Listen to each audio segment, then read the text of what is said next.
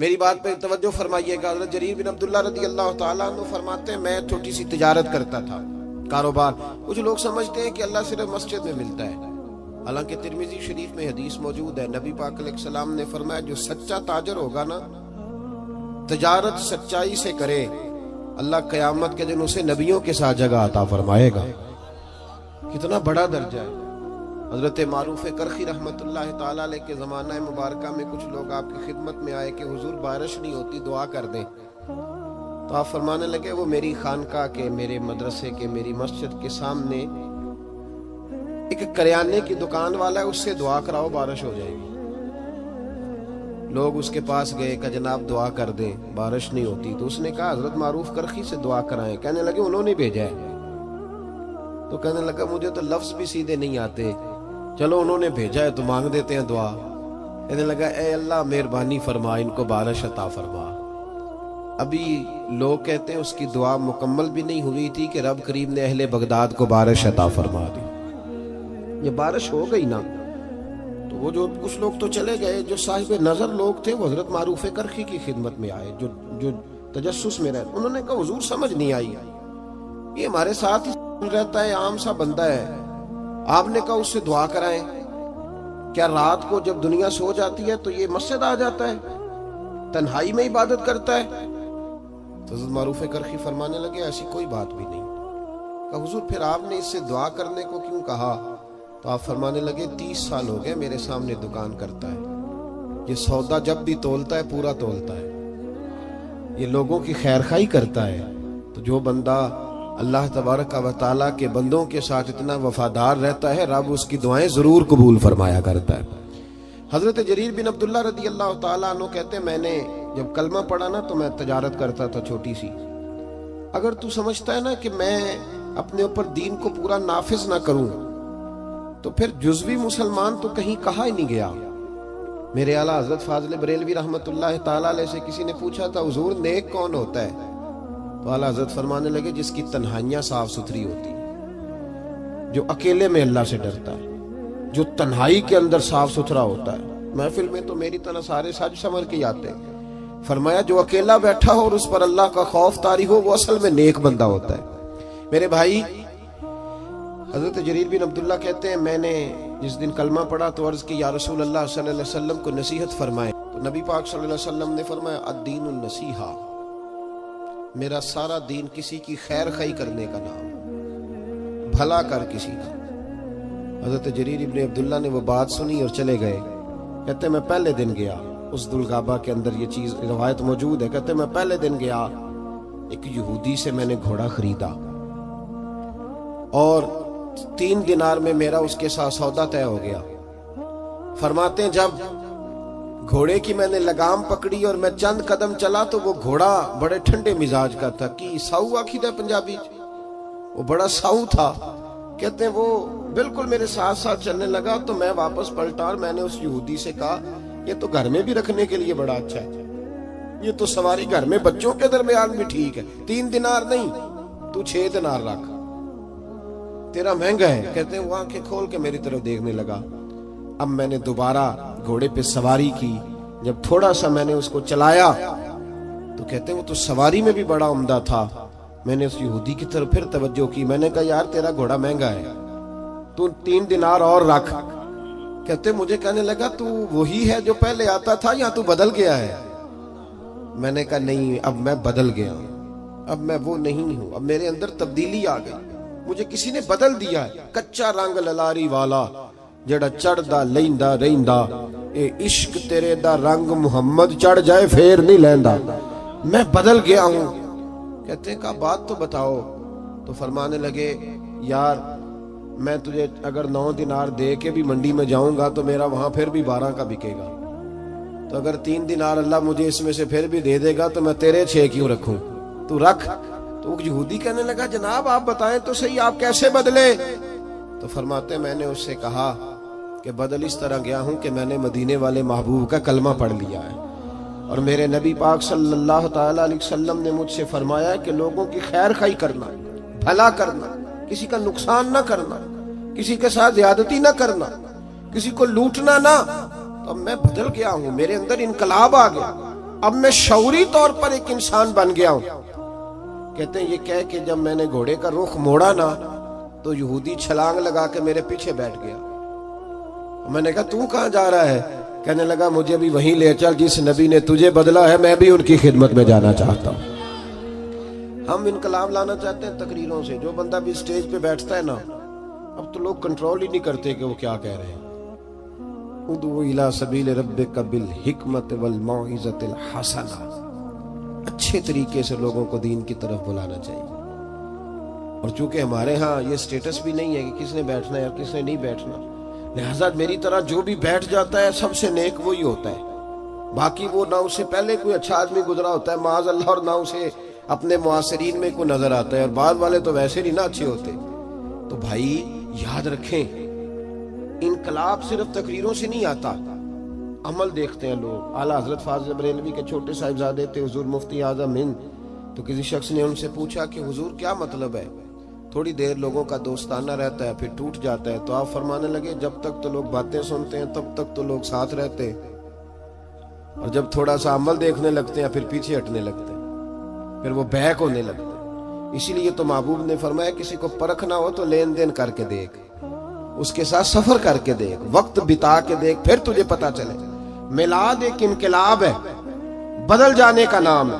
नबी पाक के गुलाम बदल जाया करते, उनकी वही कैफियत नहीं रहती। हजरत अबू ज़र ग़िफ़ारी रज़ी अल्लाह तआला अन्हु फरमाते, मैं अपने गुलामों के मामले में इतना सख्त था कि लोग दूसरे मिसाल देते थे अपने गुलाम को कि फिर तेरा वही हाल करूं जो अबू ज़र अपने गुलामों का करता है। इतना मैं सख्त मारता था। हम भी बड़े डिक्टेटर होते हैं ना अपने अपने यहाँ, कहते हैं जी मेरे आगे कोई नहीं बोलता जी, किसी की जरूरत ही नहीं जी, बाला दी की मजाल है, उन्होंने अम्मा दी की जरूरत है। ओ भाई ऐसे न कर। दुनिया में सबसे खूबसूरत शख्स वो होता है जिसको लोग अपना दुख बताना आसान समझते हैं, जिसके लोग करीब जाते हैं। तू किस तरह का बन गया है कि तेरे अपने भी तेरे करीब नहीं जाते, और फिर तू अपनी तारीफ कर रहा है। दुनिया में बेहतरीन शख्स वो होता है जिस तक लोगों की रसाई आसान होती है, जिसको लोग अपनी बात आसानी से बता सकें, वो समझे कि ये हमारा मदावा करेगा। हजरत अबू ज़र ग़िफ़ारी कहते हैं बड़ा सख्त था। जिस दिन मैं कलमा पढ़ने आया ना तो महबूब तो जानने वाले हैं ना, वअल्लमक मा लम तकुन तअलम, हुजूर को तो अल्लाह ने कुंजियां अता फरमाई है ना गैब की। तो महबूब पाक अलैहिस्सलाम की बारगाह में जब कलमा पढ़ने हाजिर हुआ तो महबूब अलैहिस्सलाम से अर्ज की हुजूर कोई खास बात? तो हुजूर ने बड़ी वसीयतें और नसीहतें फरमाई, और फिर मेरी तरफ महबूब ने इस तरह देखा कि मेरे दिल के सारे ऐब धुलने लगे। तो महबूब फरमाने लगे तेरे लिए खास बात ही है कि अपने गुलामों के साथ अच्छा सलूक करना, अपने गुलामों के साथ बेखबर हो जो गुलामों से वो आका क्या है। अपने गुलामों के साथ जाग रहे ना आप लोग, किनके साथ? अब तो गुलाम नहीं ना होते होंगे ने, अजिन 2 लाख दे के डेरे ते नहीं बनी दा जी, वो उसको तनख्वाह दी जाती है 6,500, और सारा बच्चा उसका बाल बच्चा भी नौकरी करता है, और उसको रिहाइश भी वहां दी जाती है जहाँ भैंसे बांधी जाती है। ये जुल्म है। इसके बावजूद हम पढ़े लिखे हैं, हाजी साहब भी हैं, नमाजी भी हैं। मैं गौर करना, कहते हैं जी ये सियाने नहीं। तो मैं कहता हूँ जब बंदे के पास पैसे नहीं होते तो अकल भी नहीं होती। जिदे घर दाने ओ दे कमले भी सियाने, मेरी गुर्बत ने किया मुझको जमाने में बदनाम, तेरी दौलत ने तेरे ऐब छुपा रखे। और भाई जब ये पर्दा हटेगा दौलत का तो फिर पता चलेगा कि तेरी कदर जमाना कितनी करता है अपने गुलाम से। हमारे पढ़े लिखे लोग मैंने देखे, बड़ी बड़ी सोसाइटियों में रहने वाले, उनका मुलाजिम उनके साथ बैठ के रोटी नहीं खा सकता। टेबल पे जगह मौजूद है, कुर्सी की जगह है, लेकिन वो कहते हैं नहीं, ड्राइवर को ना वहीं गाड़ी में भेज दो, वहीं खा लेगा। क्यों भाई, वजह क्या है? पिराने उसाम जो मेरी तरह के पीर साहिबान है वो भी कहते हैं मुरीद नहीं जी मेरे नाल बहिंदे हो, कहने असीं अदब करने, लिहाजा मेरे लिए छोटे गोश्त का शोरबा उरा कर लो, उन्होंने बाकी उथे दे आओ। ये क्या तरीका है भाई? ये कि अगर हजरत बिलाल हबशी मुस्तफा के साथ एक प्लेट में खा सकते हैं, एक प्लेट में। समामा बिन असाल से किसी ने कहा तू नबी पाक से मुतासर कैसे हुआ? तो कहने लगा उस दिन मैं मुतासर हुआ था जब महबूब पाक खाना खा रहे थे एक प्लेट में, उसी में अबू बकर सिद्दीक भी थे, उसी में सलमान फारसी भी थे, और उसी में बिलाल हबशी भी थे। तो फिर मैं मुतासिर हो। बहरहाल बात दूर चली जाएगी। हजरत अबू ज़र गिफ़ारी रज़ी अल्लाह ताला अन्हु फरमाते हैं, जब मैं कलमा पढ़ के वापस आया, तवज्जो कीजिएगा, मैं बस एक दो बात के बाद बात समेटने लगा हूं। फरमाते हैं, जब मैं कलमा पढ़ के वापस आया तो मेरे गुलाम बैठे थे। नबी पाक सल्लल्लाहु अलैहि वसल्लम से निकलते वक्त मैंने अर्ज की, या रसूल अल्लाह सल्लल्लाहु अलैहि वसल्लम, आखिर सुलूक करना किस तरह का है गुलामों के साथ? तो महबूब ने फरमाया, जैसा खाना वैसा उन्हें भी खिलाना, जैसा पीना वैसा उन्हें भी पिलाना। उस भाई ऐसा हो सकता है कि बंदा जैसे कपड़े खुद पहने उसका नौकर भी वैसे ही पहने? तवज्जो है मेरी बात पर? हुआ ऐसा कभी देखा है आपने? लेकिन हुजूर ने ये बयान, बल्कि मौला अली शेर खुदा के गुलाम तो कहते हैं कि हजरत अली हमें घर ले जाते, ये भी हजरत अली की शान है।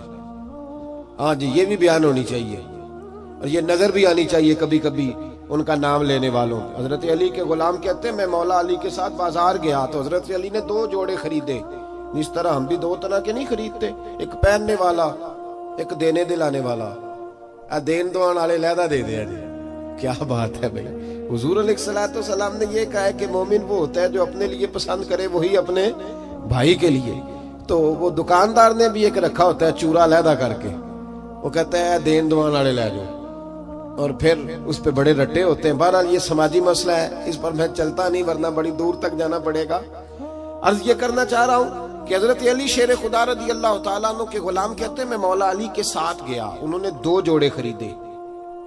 एक जोड़ा उन्होंने ऐसा खरीदा जो बड़ा महंगा था और एक वो खरीदा जो बड़ा सस्ता था। फरमाते मैं समझ गया कि वो सस्ता मेरे लिए है और जो कीमती है वो शेर खुदा पहनेंगे।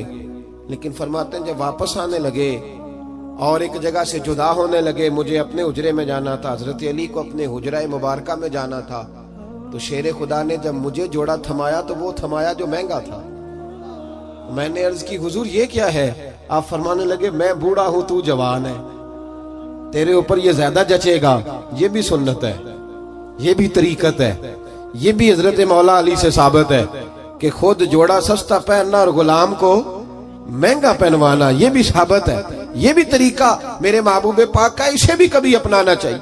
हजरत अबू ज़र गिफ़ारी रज़ी अल्लाह ताला अन्हु फरमाते हैं, जब ये बात सुनकर मैं वापस आया, मेरे गुलाम बैठे हुए थे, मैंने उनसे कहा खाना बनवाओ। कहते हैं किसी गुलाम की जरूरत नहीं थी कि वो मेरे सामने कभी सीधा खड़ा भी हो सके। आज मैंने खाना बनवाया, दस्तरखान लगा, गुलाम बैठ गए, मैं भी बैठ गया। फरमाते हैं जब उन सबको बिठा के मैं अपने साथ खाना खिलाने लगा तो उनको रोटी उठाते तो उनके हाथ कांपते, वो डरते। मैंने कहा डरते क्यों हो? वो कहने लगे हुजूर आप तो बड़े सख्त हैं, तो साथ बिठा के रोटी। तो हजरत अबू ज़र गिफ़ारी रो पड़े, फरमाने लगे सख्त पहले था, अब सख्त नहीं हूं। गुलाम कहने लगे क्यों? फरमाने लगे अब रहमतल लिल आलमीन नबी का कलमा पढ़ लिया है, अब वो सख्ती निकल गई है। हमारी भी सख्ती है गरीबों के हक में, अमीरों के हक में नहीं है। गुस्सा बड़ा समझदार है, बड़ा सियाना है, माड़े पे आता है, तगड़े पे बिल्कुल नहीं आता, बड़ा अक्लमंद है, दाना किस्म का गुस्सा है। तो भाई मिलाद एक इनकलाब। हजरत उमर फारूक रज़ी अल्लाह ताला अन्हु की एक लौंडी है, वो कहती है जब मैंने कलमा पढ़ा और फारूक आजम को पता चला तो मुझे उल्टा लटका के मारते थे। उमर सख्त गीर आदमी, और इतना मारते थे कि थक जाते तो पानी मंगवाते। लेकिन वही उमर है, जब कलमा पढ़ गए तो इनकलाब आ गया, फिर वो बदल गए। अगर तू बदला ही नहीं, और याद रखे जो लोग सिर्फ काल के होते हैं ना, सिर्फ बातों की हद तक, उनका अपना जमीर भी मुतमिन नहीं होता। 2 कश्तियों का मुसाफिर खुद भी बेचैन रहता है। जब इंसान अमल करना शुरू कर देता है तो सबसे पहली नेमत अल्लाह उसे देता है कि उसके दिल को सुकून अता फरमाता है। वो शख्स सबसे पहले खुद ठंडा होता है, उसकी रूह ठंडी होती है। हजरत उमर फारूक रज़ी अल्लाह ताला अन्हु एक वो जमाना था, और जब कलमा पड़ा तो फिर एक और जमाना आया जिसको साहिब तबकात ने लिखा है हजरत उमर दौरे खिलाफत है, अमीरुल मोमिनीन है, डंका बजता है, जमीन को दुर्रा मारे तो पानी वापस करती है। हजरत उमर के नाम का नारा लगता है तो कैसर और किसरा कांप जाते, दबदबा है, तन तना है। लेकिन वही उमर है, चेहरे पे नकाब डाल के एक दरवाजे के आगे से गुजरे हैं तो एक बूढ़ी अम्मा परेशान बैठी है। गुलाम से कहते अम्मा परेशान लगती है। उसने कहा हुजूर पूछ लें। अम्मा इजाजत दो तो अंदर आ जाऊं। अम्मा कहने लगी जाओ अपना काम करो। कहा नहीं मेहरबानी करो। उमर ने मिन्नत की, गुजारिश की, अंदर तशरीफ लाए। अम्मा परेशान हो?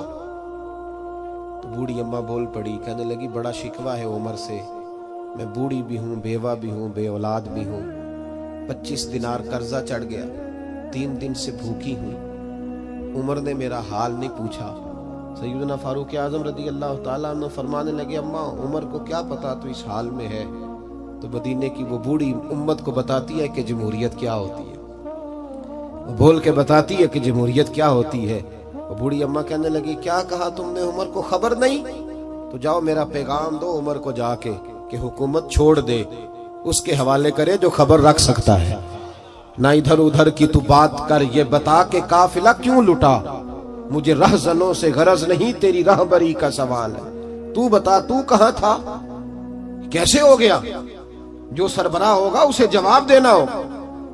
आपके गुलाम कहते हैं मैंने उमर को कभी इतना परेशान नहीं देखा जितना मैंने उमर को उस दिन देखा। दौड़े गए और 25 दिनार भी लाए, ताजा पक्का खाना भी लाए और अपने कंधों पर राशन की बोरी भी रख के लाए। उस अम्मा के सामने 25 दिनार भी रखे, खाना भी रखा। अम्मा चारपाई पे थी और उमर जमीन पे बैठ गए और कहने लगे अम्मा चल उमर को माफ कर दे, तेरे कर्जे भी उतर गए, पैसे भी।